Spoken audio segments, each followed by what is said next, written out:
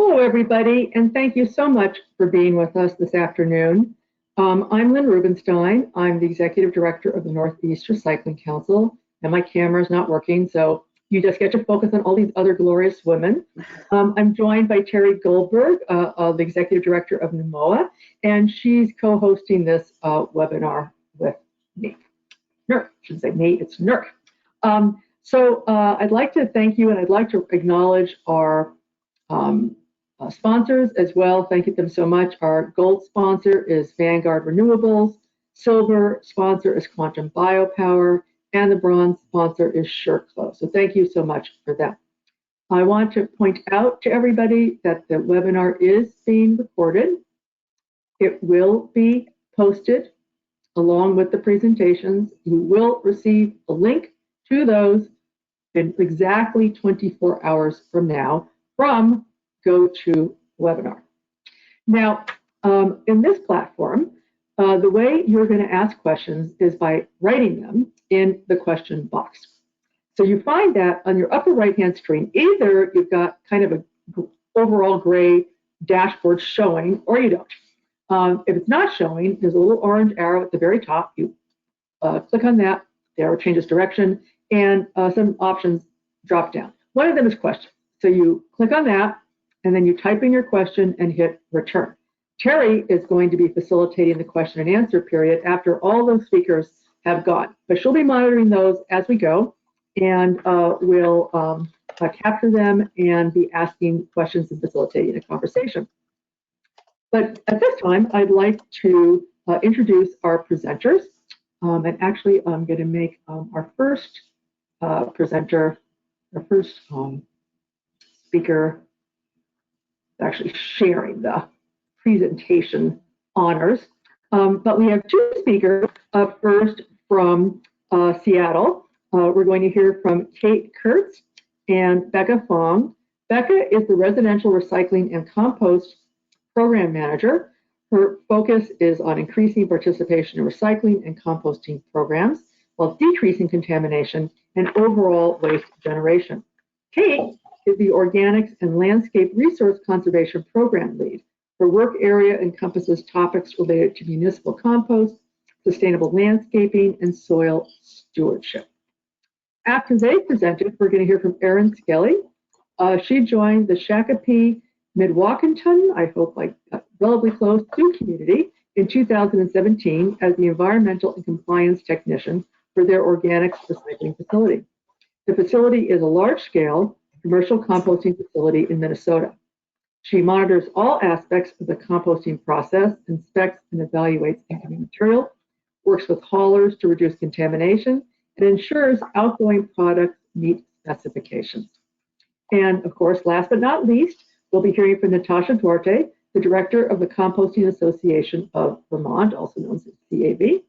She represents CAV in policy initiatives, develops and leads outreach and education initiatives, and promotes the production and use of compost as vital to soil health through practices that contribute to water quality, plant vigor, and environmental resilience.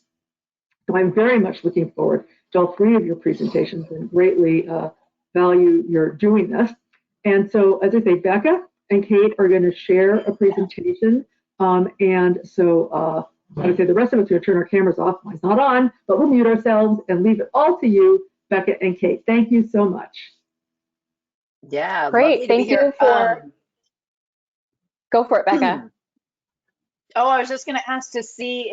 I don't use GoToMeeting all that much, but can you guys see our presentation yet or not yet?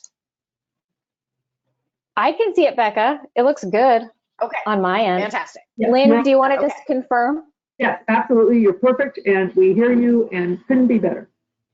Thank you. Okay, great. Well, thank you for bearing with our tech check there. As Lynn said, I'm Kate Kurtz. I'm the Organics Program Lead for Seattle Public Utilities. And Becca, do you want to introduce yourself briefly? Yeah, so I'm Becca Fong, and I do outreach for single-family residents for Seattle Public Utilities. Great. And today we're going to be talking about how we in Seattle address compost contamination. And really, like, short answer is that we use a combination of both policy and outreach. We do not have it figured out, so we're here to learn just as much as anybody else. but we are so happy to share what we do, and let's just get to it. Okay, so Becca, next slide, please. All right. So, I'll wait for you to advance it. Do you see it now? Okay, well, you're working on, nope. I see both, like, yeah, now it looks good. Yep. That's good, Becca. Okay, so today we're going to be talking about, I'm just going to give you guys an overview of Seattle system and a bit of a history of our compost program.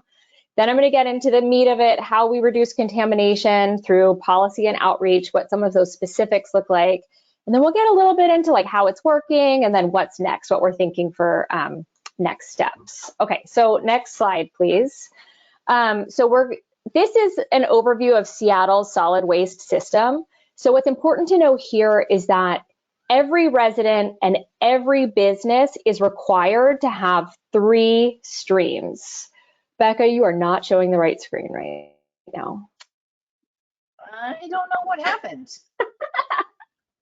Me neither. I apologize. Folks. So go to slide 3. Out. Yeah, I don't know why it came out of presentation mode. On one of my screens, it's in presentation mode, and one of it is not. How's that look? Man, not good. Well, yeah, now it looks good. Waste stream. There's Seattle by the numbers. So I think you want to go back one? Yep. Nope, we're good. Nope, Lynn, we're good. Excellent. Go back to the, yep. That's good, Becca. Just leave it there. Sorry about that. Okay, so the point here, no problem. Oh, now we advanced. Okay, so all I wanted to say was that everybody in Seattle is required to use the organic, you're required to separate the organics and recycling from the landfill stream. Okay, I think we're good. Yeah, and that is a legal requirement. If you're caught putting those things in the landfill stream, we actually have, like on code, we could potentially fine you. It doesn't happen very often, but we could do it. So next slide, please, Becca. All right, and it just advanced it. Hopefully it got you there. Are you seeing Seattle by the numbers, Kate? No, and I see 2 screens. That is so bizarre. Can everybody just give me 1 second to see if I can fix this? No, we can see Seattle by the numbers now. Okay, I think there must be some kind of delay through the system. That's possible. Yeah, I think so. Becca, okay. I'm like you. I'm not used to GoToWebinar. Oh, well. Okay, so here's a map of... Okay, if you want me to advance... Lynn, I'm just going to go for it. Becca and I will do it, okay? Great. So here's a map of this city. So we're a long, skinny city. We are flanked by water on our west and east sides. We have a population of over 750,000. We're 84 square miles. And then I think this is kind of important to note is that we have 8,000 business accounts, 150,000 single-family households or properties, 200,000 multifamily households, which, there's far less properties, right, for those multifamily households. But what I want to point out here is that actually it's pretty recent that we actually have more multifamily households in Seattle than single-family households. And overall, our diversion rate is pretty good in comparison to other U.S. cities where we have over half of our waste generated is being diverted to either recycling or composting. So next slide, please. All right, I'm trying to get you there. And then you're talking. All right. Okay. So just a very basic. So we wanted to give you kind of a little bit of a history of the overview of Seattle's organic system. So Kate mentioned previously that organics is a mandatory service for all customers. So that's residential, both single family, multifamily, and all commercial customers. So if you are operating within the city of Seattle, your organic service is mandatory. So that is a huge part of how we're dealing with it, is that it's just a ubiquitous service. So whether you're at home, you're at school, or you're at work, it's there. So what's really great too for residents and actually for commercial customers as well is that there's curbside service. So that makes it super convenient. It makes it ubiquitous. So everywhere you are, that it's there. And as Kate mentioned, we have more multifamily residents than single family residents, which is fantastic, but also creates some challenges there. And then the three components that make up our organic streams are food waste, yard waste, and approved compostable serviceware, which we'll get into a little bit more of what exactly approved compostable serviceware means, as I'm sure a lot of you on this webinar are like, that is a broad and very complicated category. All right, let me get to the next slide.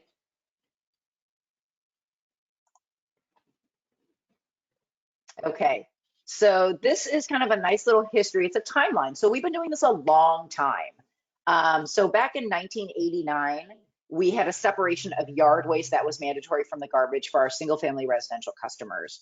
I was telling Kate when we were getting ready for this webinar that in the 80s, I had the pleasure of talking to a colleague who said during the 80s, we used to allow people to put up to 10 bags of just straight garbage out for collection. So when we switched to in 1989 to requiring the separation of yard waste, it was a really big move. So Seattle has really always been on the forefront and really looking at ways to divert some of their waste. At the same time, in the late 80s and early 90s, we started this backyard composting outreach and education program.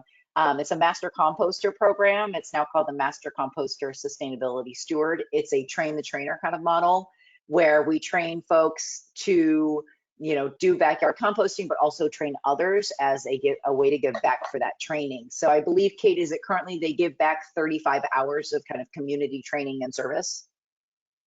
Minimum. Yeah, I'm going to go over that in a little bit more detail in a minute here. Yeah, absolutely. So that actually was a really huge way to kind of build the base, and Kate will cover that in much more detail.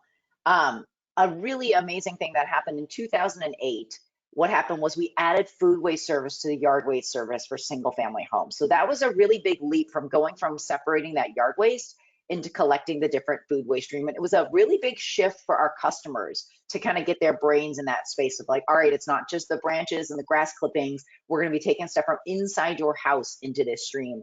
And at that point, it was pre-consumer waste. So that was an interesting kind of outreach piece that I will talk about later, kind of getting folks dialed into what exactly that meant. Another really great policy that happened also in 2008 is that we managed to pass a requirement that all food serviceware was either recyclable or compostable, which was huge. I mean, that was quite a long time ago, and that was a really big mandate to get that started. And over the years since then, we have been slowly adding more items essentially to that serviceware policy. And then in 2011, it became mandatory for multifamily and commercial to have that organic stream service. And then in 2015, we actually have an ordinance that went into place that banned food waste from the garbage. So that kind of took it to the next step. We required all of the services, we made them mandatory, and then we actually banned the material from going into the one remaining stream. All right, come on, PowerPoint.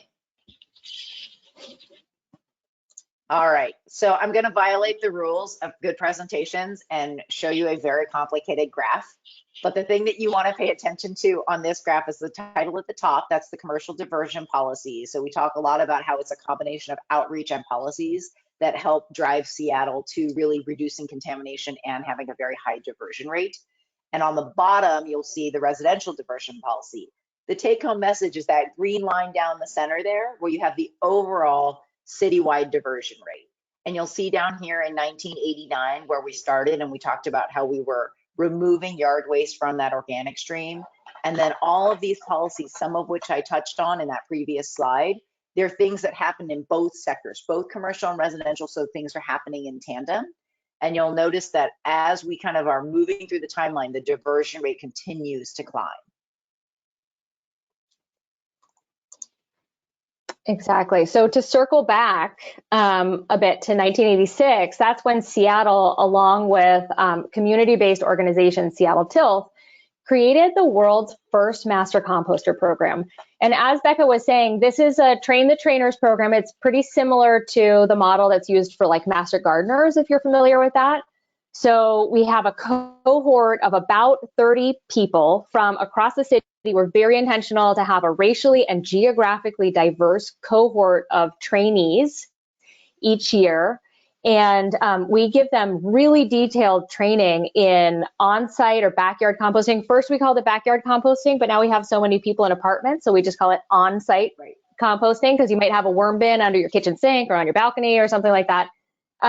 Soil building, recycling, proper sortation. They get a ton of soil health information from me because that's what I love. And then also how to conduct effective community outreach. So how to go and communicate with their neighbors, people within their community. And what we've seen is that it is very, very effective. So they have to give us back a minimum of 35 hours in return for this training. But what has really happened, if you just go to the next slide, Becca, what we've really seen that has happened is that by having all of these people who are really, we train them to become community leaders, by having them, distributed throughout the years, throughout the geography and different communities within the city, is that we have really shifted the ethic of the city of Seattle, and it has been an enduring change. And we can see what has happened when we adopt a new policy related to composting or recycling. We see a very immediate effect, and that's because the ethic has been created by the city, and we have solid waste champions throughout our city to help spread the word within their community. So you can see, we started the yard waste collection system in 1989, as Becca was saying, but by 1995, we had only 15% of surveyed residents who were not either composting on property or using the curbside composting program. And then just 5 years later, by 2000, we had over 90% participation rate, and that has continued. So next slide, please, Becca. So the next slide that I want to show you now is about food waste. So food waste has always been harder, right? So there's not nearly as many people who want to compost their food waste at home. It's harder. It attracts rats and raccoons, all of those kinds of things. We still had, by 1995, folks who were doing it. They were composting their food waste at home. But by 2005, what I want to show you is if you go through this timeline in this survey data, by 2005, this is when we were just piloting food waste collection in the curbside collection category. So that's that. So what do I really want to highlight here?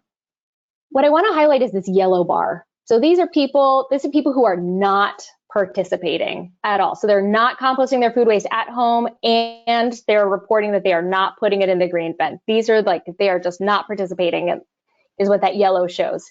So by 2005, when the food waste collection was only available to some of the folks in Seattle, just certain collection routes, only 35% were not participating. And by 2010, when the service was offered everywhere, we had only 7% were not participating. So we have an over 90% participation rate in the food waste collection program. Becca and I don't love this data. There are a lot of problems with it in the survey design. Yeah. Regardless, we have this data, and what it shows, though, are the trends over time, and how when we do instate a new policy or program, that it's adopted really, really quickly. So that's the point that I want to highlight there. So now we're going to get into some contamination data. So overall, Becca, did you advance the slide? There's just a delay. I did. It's coming. It's coming. Can you see my pointer? Do you see my I can. My mouse? Good. I do. So when you look at our organics composition overall, this is data from 2016, so it's a little bit old now, but it's what we have. So you can see that our organics is about split half and half between yard waste and food waste. We have some of that compostable serviceware that's also in our system, and our overall contamination rate is 2.6%. The primary contaminants are plastic, Yeah, which is really no surprise. So if you go to the next slide, please, Becca. I almost called you Micah. Yep. That's my son's name. Jeez. Just shows how much I adore you, Becca. I know. So when we look at our composition by sector, so we really think about three primary sectors: our single family sector, our multifamily sector, which is that middle pie, and then the commercial sector, or the businesses, which is the pie chart over on the right. So if you look at that, our single family sector, it's almost all yard waste. Some, this is all by weight, right? So some food waste, and then our contaminants are really low. They're less than 1%. Now, if you scoot over to the middle in our multifamily, it becomes almost all food waste. There's still some yard waste in there, and our contamination rate jumps way up to 5.7%. Yeah. And then our commercial sector is pretty similar, but it's even more food. You see more of that compostable serviceware, and our contamination rate is also higher at 4.5%. So Becca's going to talk about how we do our outreach separately now, and like very targeted for those three audiences, specifically to address those higher contamination rates. But finally, I want to highlight our labeling policies that we have in Washington State. So City of Seattle has been very active statewide. We know that people who live, work, and visit Seattle do not stop at our geographic boundaries. We, travel to neighboring cities and across the state. So it's really helpful to have policies, to the extent that's possible, that apply to everybody within Washington State. And these are some really recent policies that have passed that personally I'm really excited about. And one is that it requires compostable products to use labeling or tinting. So it has to be like green, brown, or beige. It has to like somehow communicate those colors to say this is a compostable item. Compostability claims also now have to be certified by a nationally recognized certifying body, such as BPI or CMA, just to name a couple. And non-compostable items are discouraged from using green, brown, or beige coloring. I hope that in the future they are prohibited so that it is actually enforceable, but in the meantime, it's discouraged.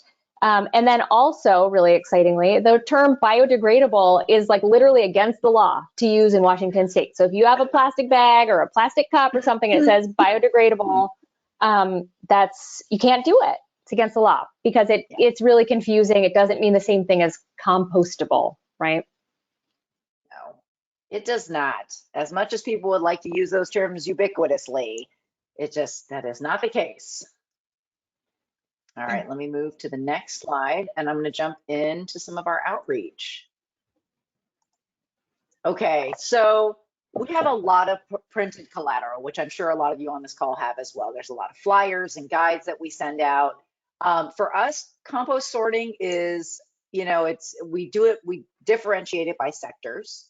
And for our commercial and our single family sector, we kind of look at categories. So you'll see this kind of poster with all the different items that is on the side here. And you've got all food waste, food soiled paper, approved compostable packaging, and then yard waste and untreated wood. And we like to show pictures. We like it to be very simple because we're trying to teach people not what all of the things are that are accepted in that stream, but the categories of things. So this is a big shift.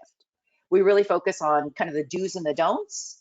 And what we found is because we have an incredibly diverse city, and in combination with that, you also, when people are ready to get rid of something, they're not taking the time to really read through it, right? They want a quick answer. They're ready to be rid of their item. And so we want to make that information as ready and easily digestible as possible. So it's very graphic.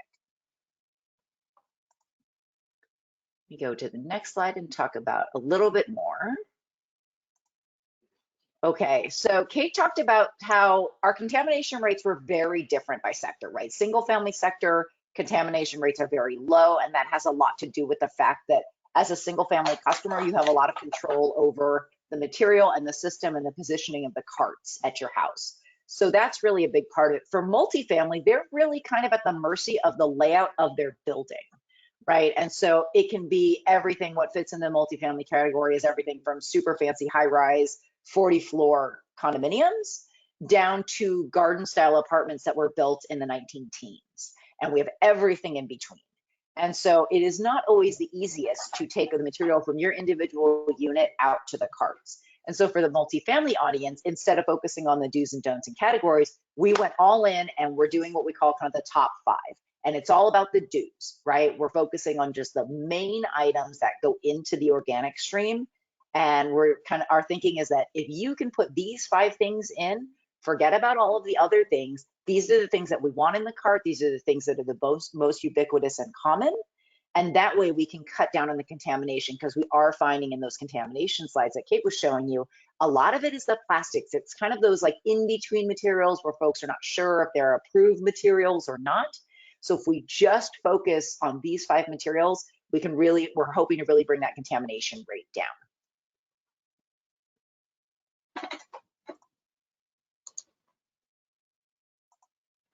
All right.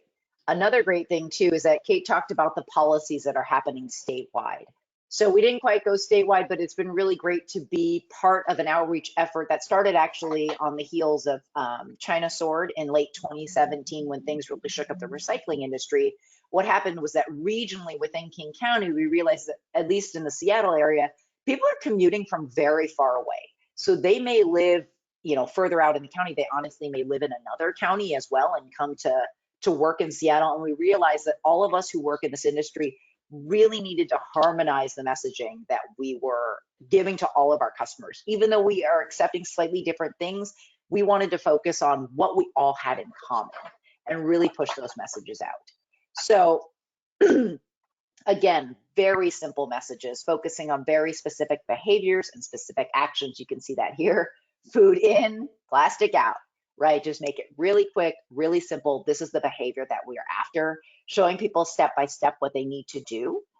And of course, because we have so many different languages spoken, different cultures in the region, we want to really focus on the graphics, right? So we're not having to interpret different things. We're not having to translate them. It's like very, very obvious what we're trying to get at. And it has been really huge. We actually started with, like I said, our county harmonizing. We've also worked with partnering counties as well that are adjacent, and actually we've moved this to statewide. One of our first campaigns, actually after about 2 years, we worked with our Washington State Department of Ecology, and they took it to a statewide messaging campaign, which is really fantastic. So it doesn't matter where you are in the state, the basic messaging about what's accepted in the stream is the same. And of course, in-person outreach, right? There's a lot of that, especially in Seattle, because we have an incredibly diverse community. And, you know, organic sorting and waste sorting is a very personal decision, right? I always like to tell folks that we work for Seattle Public Utilities, which has water and drainage. Those have pipes. We're powered by people, right? And so the people are the folks that are conveying the material through our system. So we really need to work very closely with them.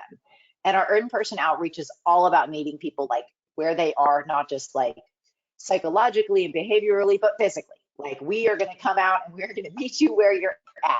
So we go out to multifamily properties. That's a big part of our multifamily efforts. I work on outreach at grocery stores as people are walking by and they just got really quick questions. We're out there meeting folks, giving them guides, answering their quick questions, you know, just as like a quick little hit when folks are like, oh yeah, I had that question, but I didn't know who to ask. We try to make sure that we are there. And that actually is a really fun component of the Master Composter program, is a lot of the volunteering and community service hours that they provide is being out in the community to help answer those questions.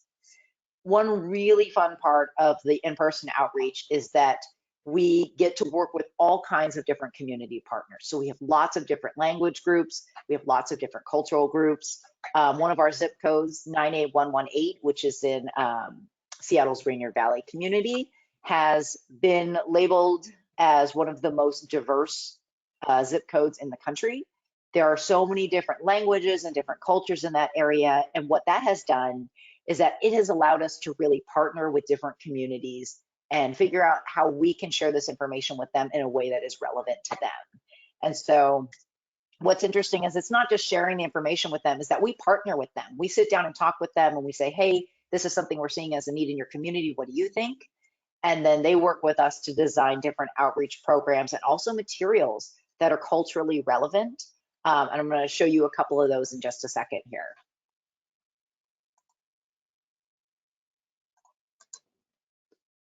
So this may be a term that some of you may have heard, but it was kind of new to me a couple of years ago. I don't want to say that we created it, but we kind of made it up, right? That seems to be the trend. Like there's different words that don't quite fit, so we're just going to improve the lexicon here. And the term that we have really fully embraced is transcreated. So it's not quite translated. It takes it a little bit further. Transcreation is really this concept of making items, making materials culturally relevant, right? So especially with waste, it's such a personal thing. All the things that we consume, they're personal choices when we decide to bring them into our lives. And similarly, when we're making choices to discard them. So you'll see this sorting guide with the different, excuse me, categories of materials. And what you'll see in some of them is that as we work with the Vietnamese community to create this one, they said, you know, some of these items we do not really use or see. So what would be really helpful is if folks saw some of the materials that they have in their homes regularly and can easily identify them as items that they would have in their home. So that's one really quick example of how we would transcreate things. Another thing is working with them to create the different terms. So that's been a really huge boon for us across the different types of materials that we've created, is we create essentially like a glossary of terms. And all of you guys are working in the solid waste and organics industry. We love some seriously wonky jargon, right? And we're like, oh no, everybody calls it this. This is exactly what they will understand that we're talking about. And then we go out and talk to community members and they are just like, I have no idea. Like, are you talking about grass clippings? And we're like, no, actually, we're talking about food waste. And they were like, oh, well, here's a better term that will help folks in my community understand that this is the item that you are talking about. And we create these different glossaries of terms that we can then use whenever we're going out and creating more materials. You'll also see that on these other pieces here, the one that says compost and recycle. These are giant decals that go on the sides of our dumpsters. So they're in the multifamily and commercial sector. So when folks are at the point where they're sorting their materials and lifting lids on their dumpsters, they can see all of that material, you know, with different images, with 3 different languages. Those are the, we have Chinese, Vietnamese, and Spanish, and those are 4 in English. And so those are the main languages that we are finding for our different various customers.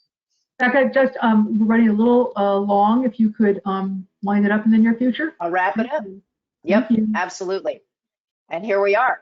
Good timing. So these are our next steps. So Kate did show you that, you know, our latest numbers are from 2016. We are doing our current waste audit thanks to the last 2 years of incredible transition due to the pandemic. We are wrapping that up and hopefully we'll have that information this year. But we are constantly collecting information is really the main point. We're doing behavioral surveys, and our big focus is really getting those contamination rates in multifamily and commercial down. You know, we were initially really focused on increasing participation in the program, but really we're kind of honing it in. We're really dialing in our audience targeting. And we have, like I told you at the top, I'm the single family residential outreach program manager. We also have similar positions for multifamily and commercial to really hone in on some of those things. And then continued work to kind of get things going. We've got some more statewide policies in the hopper, and Kate certainly knows much more about that. And then we'll just kind of keep pushing. We're always looking to increase diversion, but at the same time, make sure that we have an eye on decreasing the contamination as well. All right, and that's it. That's it. Thank you so much, Becca. Thank you. That was really, really amazing. So congratulations. I know that we have a lot of questions that have been coming in.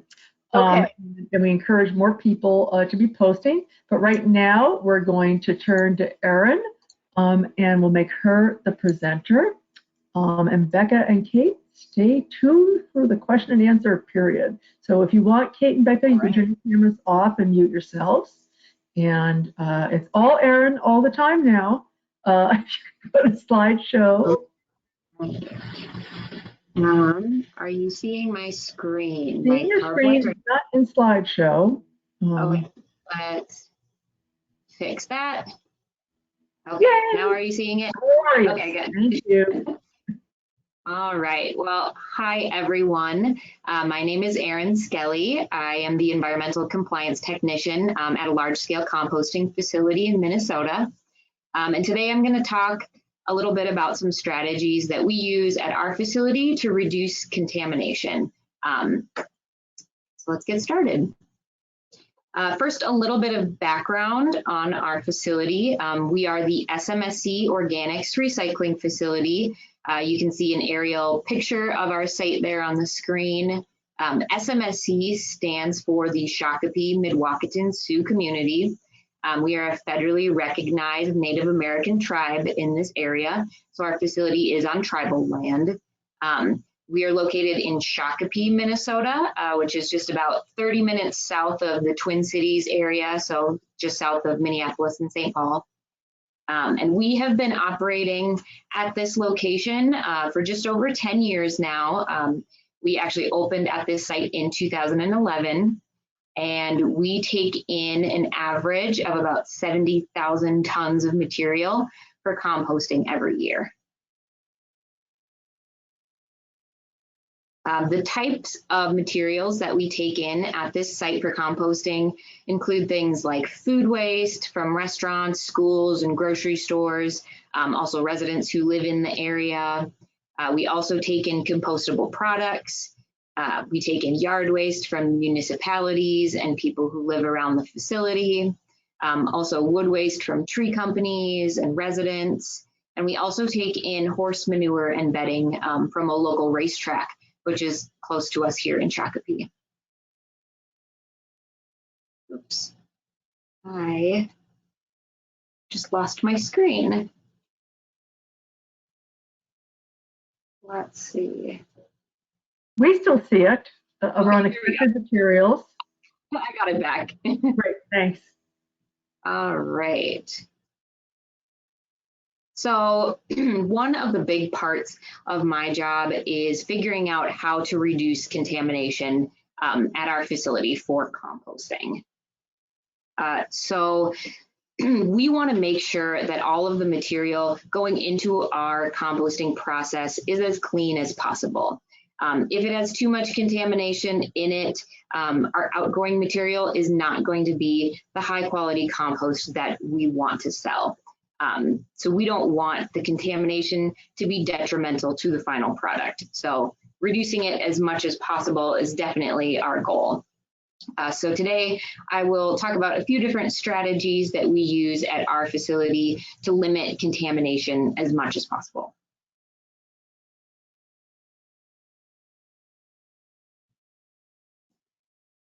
So our first strategy that we use is education. We try to make sure that everyone bringing material to our facility understands what items are acceptable items for composting versus what is contamination. And what I've noticed while doing this is that there is a lot of confusion in the general public on what is acceptable versus what is contamination. There's a lot of questions, a lot of questionable items. So we try to do as much education as we can. We educate all of the haulers that bring in material to our facility regularly. And we also do on-site tours at our composting facility. We're generally doing about 50 tours a year right now. So it's on average about 1 per week year round. And the types of groups that come out are groups from cities, school groups, master recycler groups, people in government. Many different people come tour. We wish that we could do more outreach and education, but we really just don't have the staff to do more than we already do, but we do as much as we can.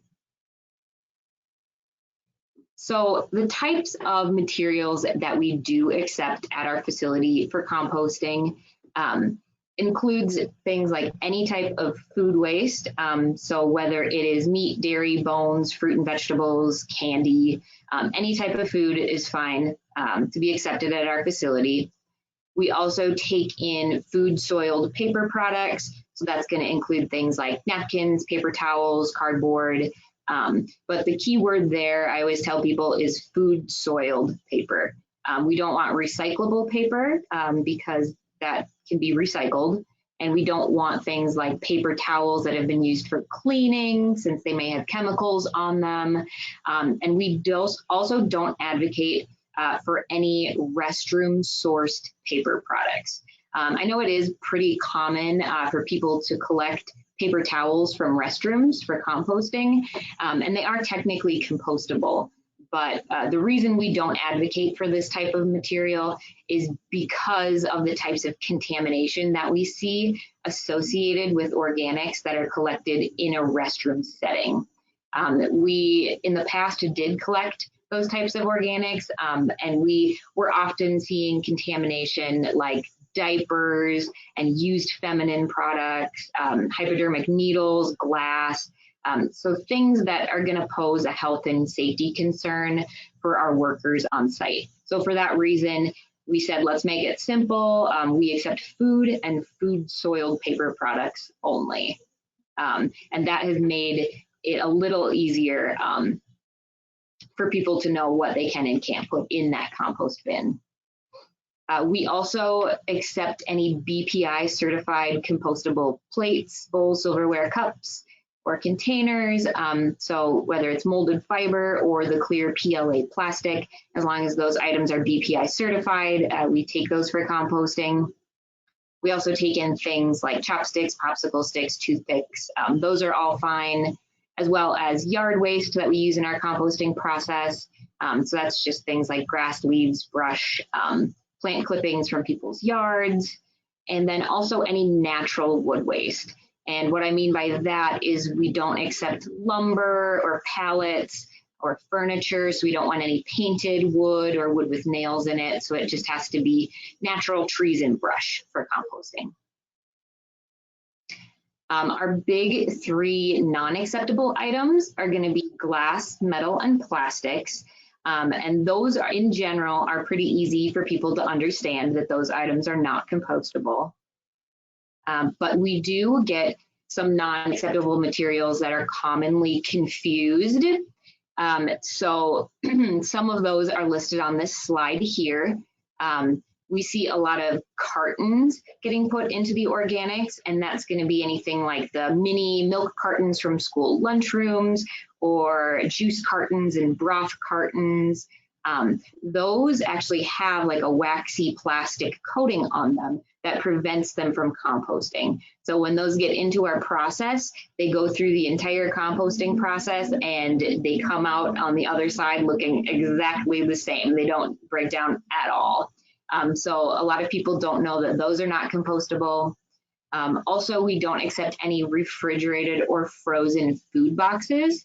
And so that's anything that is supposed to go in the refrigerator or freezer has kind of a plastic coating on the outside so it doesn't get too wet and soggy in your fridge or freezer.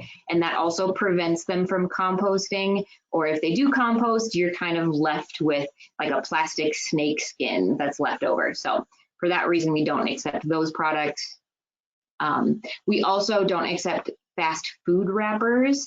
And that is because of the grease-resistant barriers that are often on those types of material. A lot of times they contain PFAS chemicals in them, and we want to avoid that type of material in the composting process.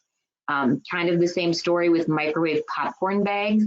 They also have that grease-resistant barrier on them, and those are actually known to be really high in PFAS chemicals, so we don't accept those. And then also takeout containers from restaurants. Sometimes they'll have compostable ones, but a lot of times they have those grease-resistant barriers or they're plastic coated. The one in the picture there has a metal handle, so also not accepted. Some other non-acceptable items, chewing gum we found does not break down well. We do not accept any cat or dog waste or cat litter. That one confuses people because they do make compostable dog poop pickup bags, but we do not accept that material just because of the types of diseases and parasites that can be associated with those types of animals. We also do not accept any diapers or feminine products.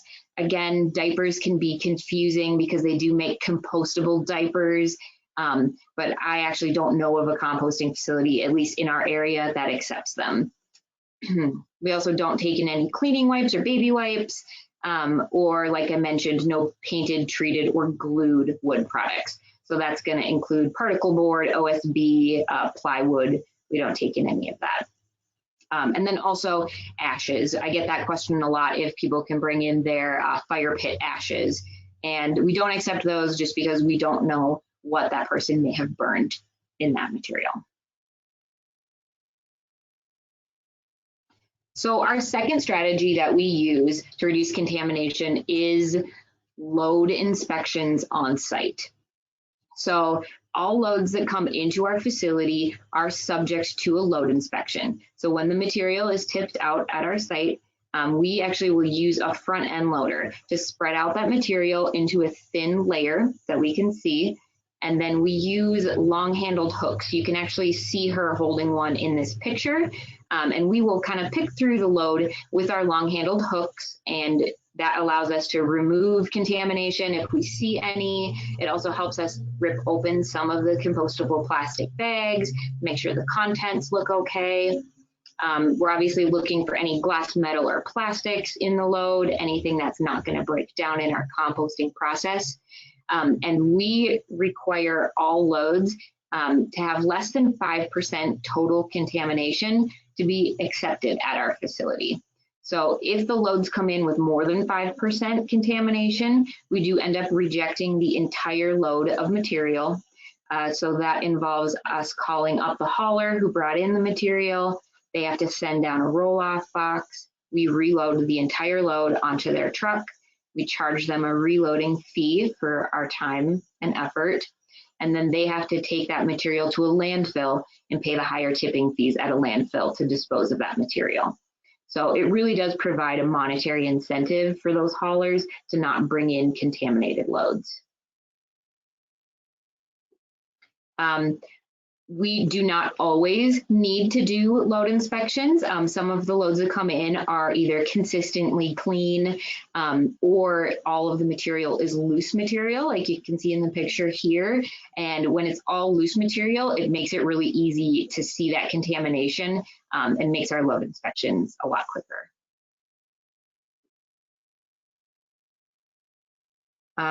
We also do get in a lot of compostable products, and they can sometimes make our load inspections more challenging.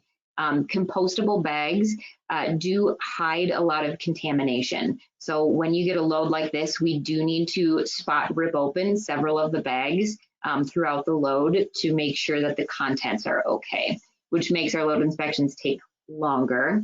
But I do end up finding a lot of contamination inside of compostable bags. Occasionally I do find some compostable bags that are just filled with garbage. So it's always good to do a spot check. If possible, I always ask the haulers or generators to leave the bags untied if possible. It makes our load inspections a lot faster because I can just hook the end of the bag and dump them out. Sometimes people will do this and sometimes they won't, but from my perspective, it does make things easier at the composting facility. One of our generators that actually brings in a lot of compostable products is the casinos that we have on site. And when we first started bringing in that material, we were having a lot of contamination in with the compostable products. So what we actually had to do in that situation in order to be successful was that we had casino staff ripping open all of the compostable bags and pre-sorting the material before it comes down to our facility. And many of the large events that bring in material to our facility do this as well. They'll sort before they bring it to our facility. And there's also compostable products. Sometimes they're not labeled very well, aren't labeled at all. And sometimes the labels can be food soiled, so they're hard to read. So it can be difficult to find those sometimes. And especially like the green straws you see in the picture on the right-hand side, those are only labeled on the wrapper. So those are compostable straws, but they're not actually labeled on the straw. So it can be a little confusing in load inspections. Erin, your sound has suddenly gone wacky. Oh. You were good, and now you're, well, so yell.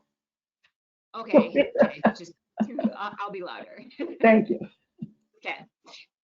We also do occasionally get some misleading products that you run into during a load inspection, which can be confusing. There's definitely items out there that look compostable or are purposely misleading. Some make false claims entirely, but there are a lot of terms out there that confuse consumers. It was mentioned in the previous presentation, but biodegradable is one that I see a lot, and that does not mean compostable, and that confuses people a lot. But biodegradable just means that the item will break down in some amount of time, and compostable means that it will break down in the typical composting process. So biodegradable does not mean compostable. Neither do terms like sustainably sourced, eco-friendly. I've seen a lot of from sustainably managed forests, or the knife in the picture here, that one says made from renewable resources, or marine biodegradable. So there's a lot of confusing terms out there. Then we also do get contaminated loads. These loads that you can see were from a school lunchroom. You can see little juice cups, milk cartons, tinfoil, black plastic bags, things like that. So sometimes we get in loads where they obviously didn't sort their organics at all. Sometimes we get in bags of sorted recycling. What we've seen is that people see the term organics recycling and get it confused with traditional recycling. Especially we've seen this happen with a lot of our cities that are just starting up curbside organics pickup. We're seeing a lot of people putting traditional recycling in their organics carts with those programs. And then sometimes it's just there's an unlocked dumpster outside of a business and people are throwing trash into an unlocked dumpster. So contamination can come from many different sources. I will say that contamination is not created equally. Our number one concern for contamination is glass. Composting machinery throughout the process has ways to remove metal and plastic contamination, but there is not a way to remove glass. If glass gets into our process, it's eventually going to shatter and make smaller and smaller glass shards, which could end up in our final product. And if you have compost with glass in it, that's really going to limit your customer base. For instance, compost with glass cannot go to bagging companies. You can't put it on athletic fields or parks or anywhere that people are going to come into contact with it. I tell people all the time that we can't take garbage and put that into our compost and then get a high quality product coming back out. We don't have the manpower on site to rip open every bag. So we really do need the generator's help understanding what can and can't go into the composting process, because if it's contaminated, ultimately the material is going to end up in the landfill, which we obviously want to avoid. Erin, if I could ask you to maybe go a little quickly to wind up, that would be great. Thank you. Got a couple slides left. I'll quickly go over my third strategy that we use is working with the haulers that bring in our organics. All of the contamination feedback that we do is through the haulers. They pick up from many different stops throughout their day. So it's really not feasible for us as the composters to talk to all of those generators. So we lean pretty heavily on our haulers to help provide that feedback.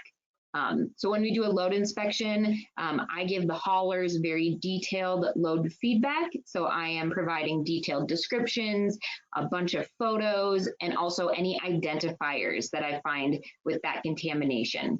And what I mean by that is any receipts pointing to a certain store, labels from grocery stores or fast food restaurants.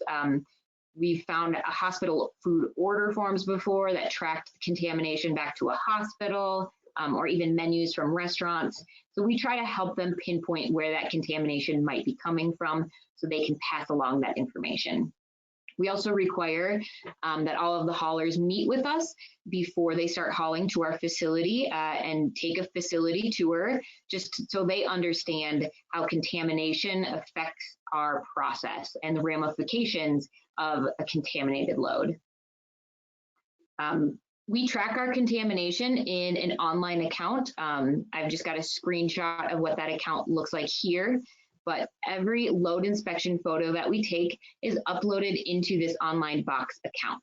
We have a different folder for every hauler that comes into our facility, and this is really helpful because it provides a record of progress for that individual hauler and helps us identify any recurring issues. We can also take these folders and share them directly with the hauler, give them access just to their folder so they can also track it as well. But so to conclude, reducing contamination can definitely be a challenge, but there's definitely strategies that you can use to reduce contamination. We started cracking down on contamination at our site about 4 years ago now, and we really have seen a huge leap in our final product quality and fewer operational challenges from contamination. So I would say definitely have an employee assigned to load inspections and working with haulers, and make sure you stick to a contamination threshold, and you will definitely have some success with reducing contamination. And that is everything. Thank you so Wonderful. much. Thank you, Erin. That's great. And yes, there are many questions for you two stacking up, so be ready. And now we're going to ask Natasha to close us out before the questions with her presentation. And let's see, Natasha, just need you. There you go. And now slideshow mode, and we will be happy. All right. And I am going to, thank you. You can hear me all right, Lynn? Yes, definitely. Great. And I'm going to not share my camera until the Q&A. There seems to be a bandwidth issue between the two functions. So I'm just going to go ahead. Yes. So thank you for the opportunity to contribute to this panel. I'm going to be talking about navigating compost contamination concerns in Vermont. I am Natasha Duarte, the director of the Composting Association of Vermont. We were founded about 20 years ago, and our mission is to promote the production of compost and composting as an integral link between sustainable agriculture, communities, and economies. We advocate for market development, access to resources, and compost standards to develop an environmentally sustainable compost industry in Vermont. So just a little bit of background about CAV. Unlike some of the stories you've heard so far in this panel, Vermont has a slightly different story. In 2012, we passed what we call the Universal Recycling Law. Some of you may be familiar with it as Act 148. And this effectively bans blue bin recyclables, leaf and yard debris, and clean wood, and food scraps. So the food scrap portion, of course, is what I'm going to be focusing on. It also laid out the Vermont food recovery hierarchy, which identifies sort of a value-based use for these resources. And the overall goal of the law is to improve capture and diversion rates to prevent what we believe are valuable materials from being landfilled.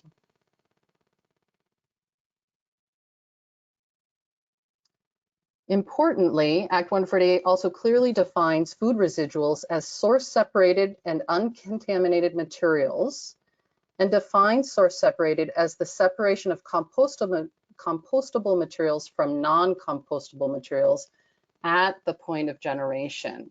And so we actually have this in statute, and that is what we're going to be getting into a little bit more here. So first, just quickly, why does source separation matter? Why are we even talking about this? And when I think about contamination and contamination rates, we often end up sort of returning back to this idea of source separation. It matters because unseparated organics can provide pathways for contamination of micro as well as nanoplastics, PFAS, heavy metals, and other pollutants. But also leaning into the concept of source separation cultivates soil and resource stewardship and builds this cultural of ecological literacy where we're all starting to increase our understanding about the importance of separating those materials and the good that that can do for the final composting product, which we all like to use in our gardens and on our farms.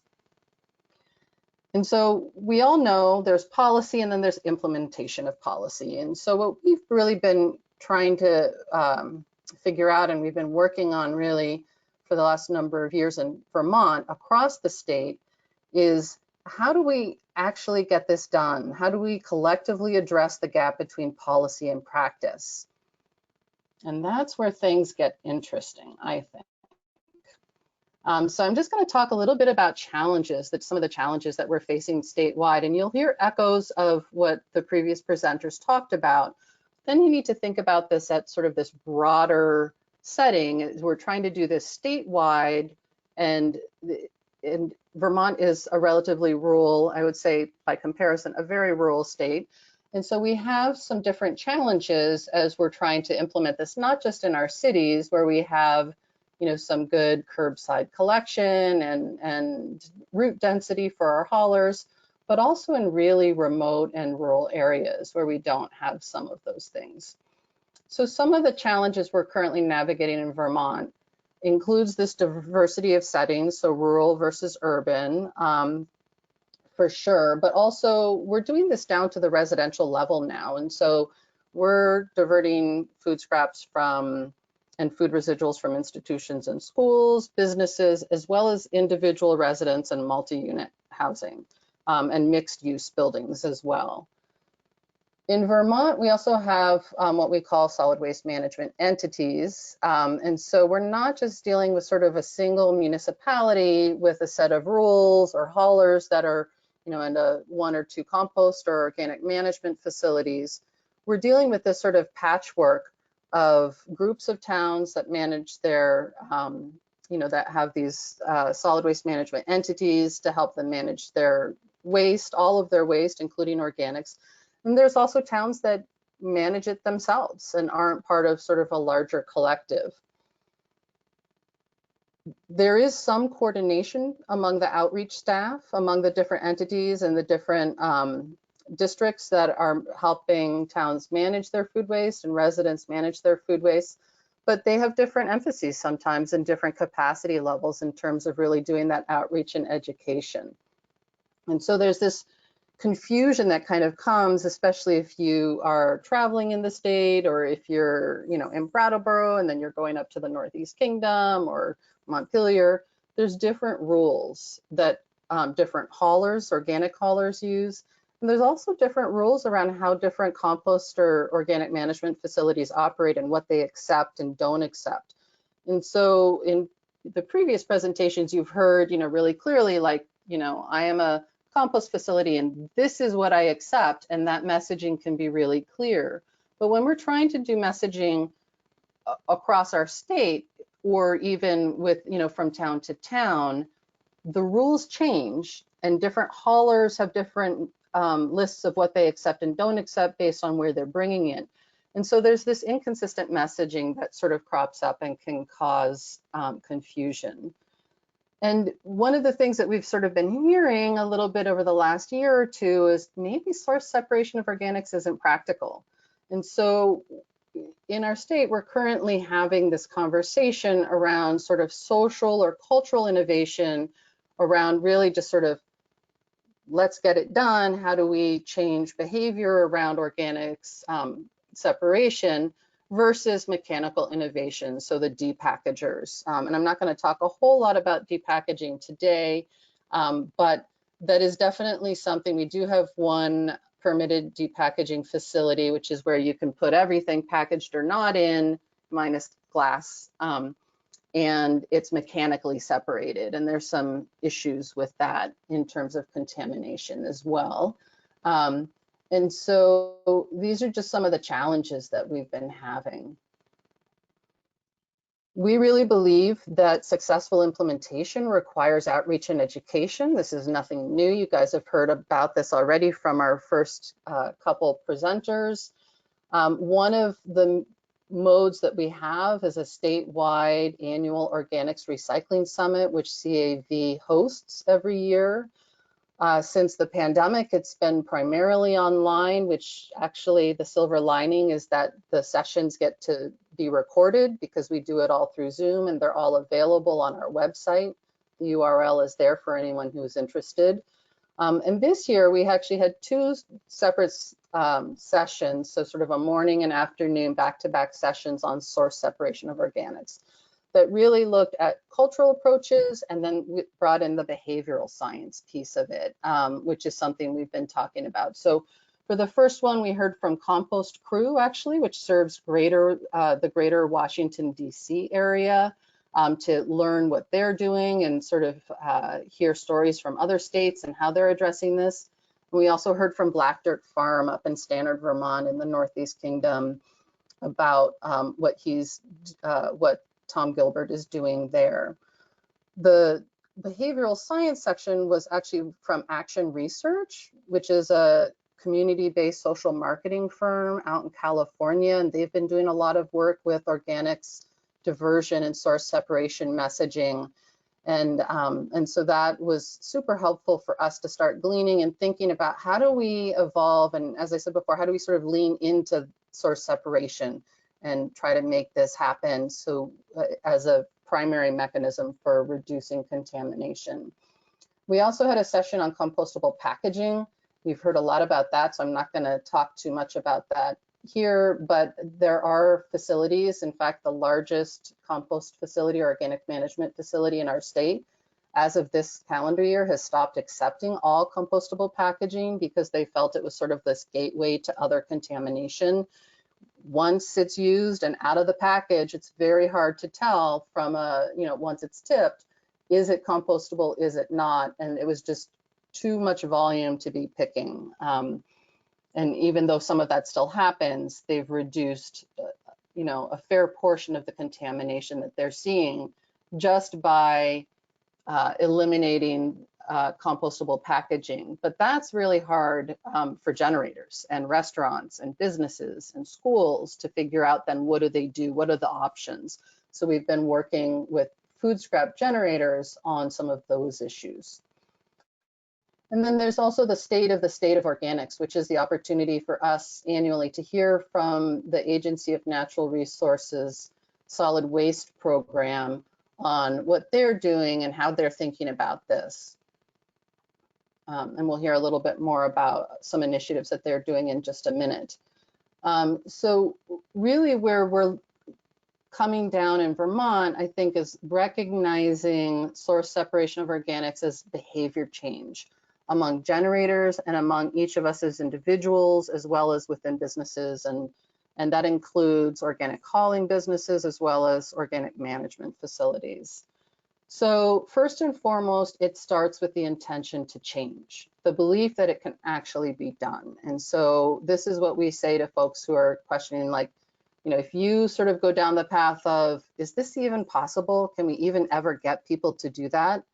Then the answer is going to be no, because you've already conceded the concept of source separation. And then we also need to recognize that behavior change is rarely motivated by information alone. So finding, again, those connecting points, or meeting folks where they are, understanding what the obstacles are, and sort of addressing them one by one if necessary. And it's really relational and collaborative work. And by that, I mean the compost haulers, so that what we just heard about in Minnesota, sort of that close connection between compost facilities and the organic haulers who are tipping at their site, and then also hauler generators, and we do have some in our state who are composters and haulers and tip at their own site, sort of smaller scale. But often there's this chain, and the compost facilities don't always have direct contact with the actual generators. So making sure that the messaging is explicit, clear, diversely redundant, which means over and over again, but in different ways to meet, again, people where they are, and making it inviting and fun. Vermont Solid Waste Program is starting a media campaign targeted at reducing compost and digestate contaminants. And then we're really talking about setting expectations and not sort of being apologetic about, oh, you need to source separate, but helping people understand why that's important. Some behavior modeling within existing cultures, effective systems, so easy to use sorting areas for restaurants, helping people figure out the mechanics of actually, like, how do you set up a system to make source separation as easy as possible. And then, of course, there's still load monitoring, picking, documenting, a lot of use of social media and little videos, so sort of connecting the people who are having to do the picking, and those using actually people's names to help the generator understand that there's a real person on the end of this and needing to sort of sort through the contaminated piles. There is new legislation as well that just passed this past year. I referred to it as H501 here in this slide because that's how it started, and folks who were tracking it from out of state may be more familiar with that. And it was really an act relating specifically to the regulation of depackaging facilities. But it was heavily modified and then folded into H446, which is just a miscellaneous natural resources bill.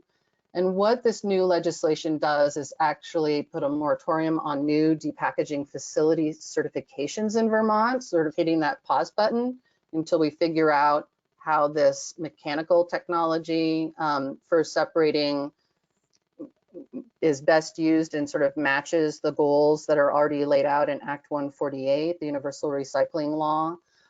It calls on the state to convene stakeholders to make recommendations. So we're going to be looking at and hopefully doubling down and strengthening the organics to virgin hierarchy, source separation, and talking about when and how to use depackagers. It's not the answer for everything, but there are definitely packaged food that composters don't, it's just too time intensive basically to have done or to source separate.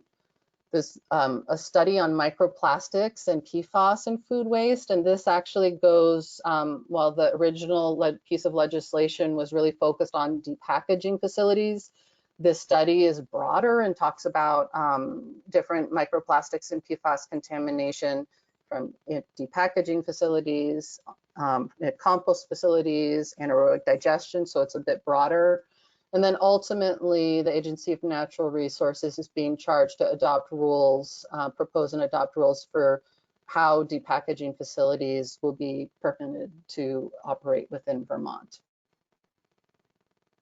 And I think this is one of my last slides. Some of the opportunities to reduce contamination that CAV sees are working more with food scrap generators, really thinking about that organics diversion hierarchy and reducing waste, reduces opportunities for contamination. So that's sort of that higher value level.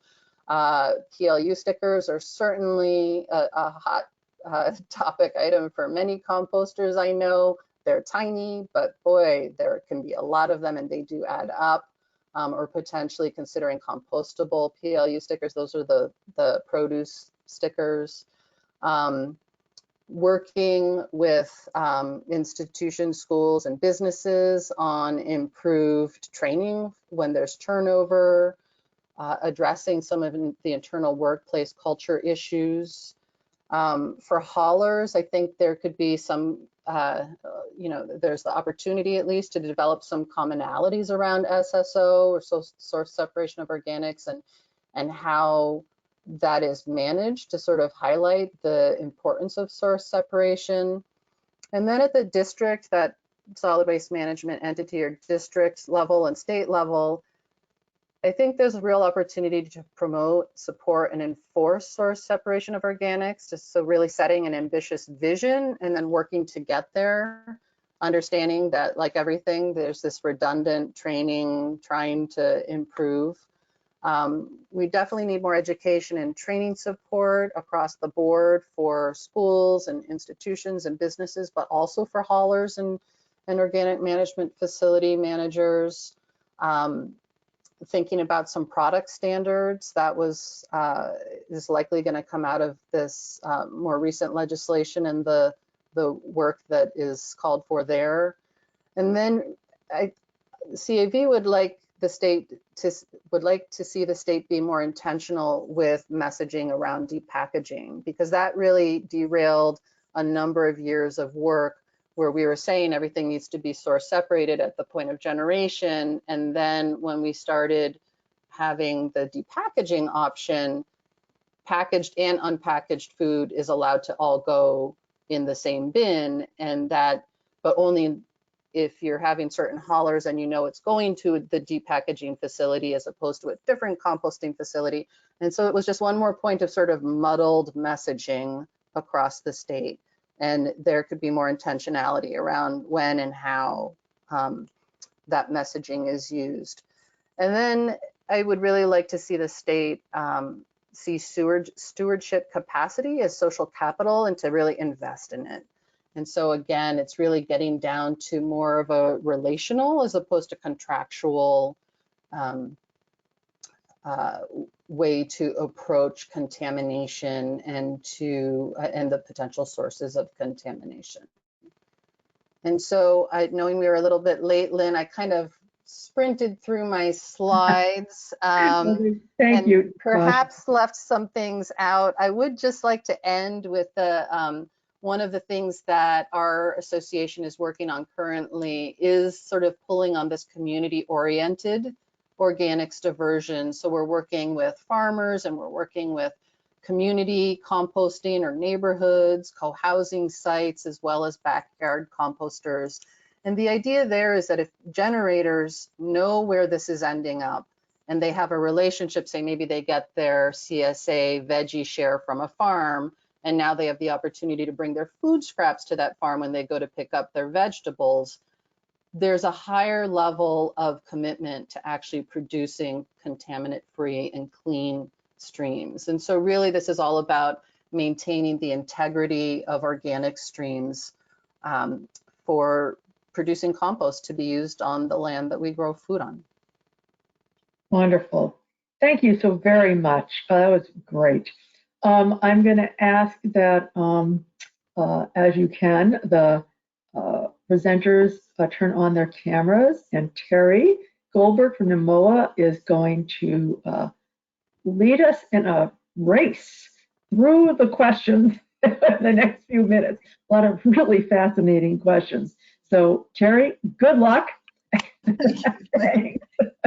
Well, it's great to see so many questions and people engaged in this topic. So I'm going to try to pick, highlight a couple of, as much as we can in the time we have. Getting back to Becca and Kate, one basic question that came in early on was, how do you fund your organics collection? And do residents or businesses get assessed a fee? How are you funding your program? Yeah, absolutely. It's a service charge. So they pay for the collection services. It's through the curbside collection. So our residents are required to have the service, and so they are customers of Seattle Public Utilities. Commercial customers can tap into that contract, but they also are, it is open market. They're available to go and pay for a collection service. Okay, that's great. We got a lot of questions about your data that you all presented, how you collect the data you present, where it comes from. I'm probably not going to do justice to all of these questions, but one question is for Becca and Kate. How did you survey residents regarding who was participating in putting food scraps in your containers? Can you give us some examples of the behavioral type questions you asked in your survey? Those are a couple of the questions to begin with on this measurement topic.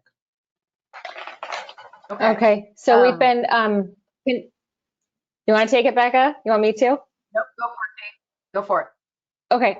So we've been, some of the data that we were presenting regarding who's participating and who's not, that's a survey that's been happening. We call it the Home Organic Survey. We've been doing it every 5 to 8 years since 1995, as far as I'm aware. And that's a telephone survey in which, we hire a consultant to survey on like a lot of questions. I mentioned in the presentation that Becca and I actually do not like that data. if you look at our most recent, and I'll tell you why exactly, is that if you look at like the 2018 is the last time we conducted that survey, and they use landlines to call people. And so we mostly got only single family folks, which is less than half of our residents, and people over the age of 55. So it wasn't really representative of our population.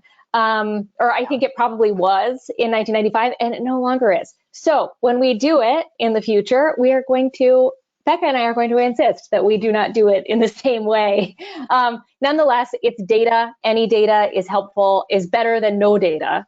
So, and, you know, like I was saying in the presentation, we can see that those trends over time. The contamination data that we presented, we do that every 4 to 5 years, we do a waste sort, and we do that on all of our waste streams. And that's where we can see also like how much recyclables and compostable materials are still left going to the landfill. You know, we can see their contamination rates and our recycling in our organics. We were actually scheduled to do that in 2020, but pandemic happened in 2020, so we're a bit delayed. So we've done everything. It's been kind of just stretched a bit over 21 and 22, and so we're actually currently doing the organics waste composition study right now. So we'll have that data later this year. So who's processing your compost? That was something you guys didn't talk about. Where is it going? Oh, sure. So right now it goes to 2 private sector composters. About 75 to 80% of it goes to a facility called Lens Enterprises, and the remaining portion goes to Cedar Grove Composting. They have 2 facilities in our area. They're all along the I-5 corridor. If you're familiar with the West Coast, Seattle is along I-5, and these compost facilities are up and down that interstate. So it's very conveniently located for us. Great. So Erin, what's the acreage of your facility? How big, how large is the compost facility? Our entire facility sits on about 20 acres of working surface. Okay. This is a question for any of you, because I get this all the time. Are vegetable and fruit stickers compostable? Or do you guys consider those contamination? They're not compostable, right? That's what I was thinking. They're a leading source of contamination. And all I would like to add to this is that, in a lot of cities around the United States now, plastic straws have been banned, including in Seattle. I think fruit stickers are the new plastic straw. In the 2021 legislative session in Washington State, we just passed an enormous organics bill, and in one of the earlier drafts of that bill, it would have banned plastic produce stickers. That got stricken from what finally passed, but there is hope. There is hope for our future to ban these terrible little stickers. All right, I think you have strong feelings about the stickers. I do. I'm trying to keep questions moving around. Natasha, can you somebody asked, what is a depackaging facility? Sure. So,